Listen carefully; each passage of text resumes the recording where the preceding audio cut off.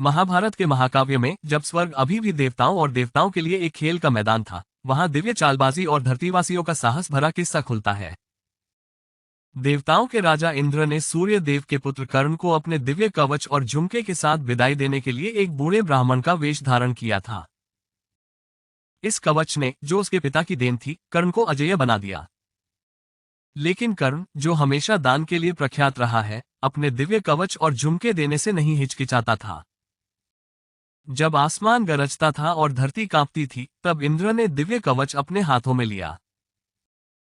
लेकिन उसकी जीत के समय भाग्य ने उस पर अचानक फेर लिया।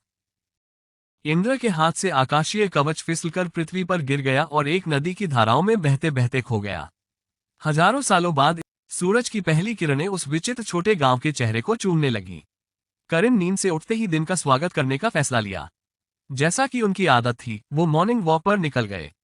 जब वो गांव से बहती हुई नदी के किनारे चल रहा था, उसे कुछ अनोखा लगा। पीले रंग का धातु टुकड़ा किनारे पर छोड़ा गया था। उसने उसे उठाया और करीब से देखते हुए पता चला कि यह कोई साधारण धातु नहीं थी। यह अविश्वसनीय रूप से मजबूत था और जटिल डिजाइनों की एक श्रृंखला से सजाया गया था। कर्ण के अंदर कुछ यादें जगी। उसे महाभारत की एक कहानी याद आई, जिसमें कर्ण नाम के चरित्र से जुड़े एक समान दिखने वाले कवच का जिक्र था। कहा जाता है कि यह कवच अजेय था और जो भी इसे पहनता था वह देवताओं के समान शक्तियों से लबालब था। कर्ण को उसकी खोज से बहुत उत्साह हुआ। वो जल्दी अपने दोस्त कमल के पास भागा ताकि खबर साझा कर सके। कमल भी बिल्कुल शॉक था। कुछ अक्षर स्पष्ट थे, जिससे ये स्पष्ट हो रहा था कि यह वाकई कर्ण का पौराणिक कवच है। अगले कुछ दिनों में कर्ण ने कवच का परीक्षण शुरू किया। एक दिन उसने कवच पहना और ताकत का एक झटका महसूस किया। उसकी स्पीड और पावर दोगुनी हो गई थी। उसने अपने आप से सोचा, ये सचमुच एक अनोखा कवच है, जो उसे देवताओं की तरह शक्तियां देता है। लेकिन कर्ण को यह नहीं पता था कि उसकी खोज से वो मुसीबतों की दुनिया में फंस जाएगा।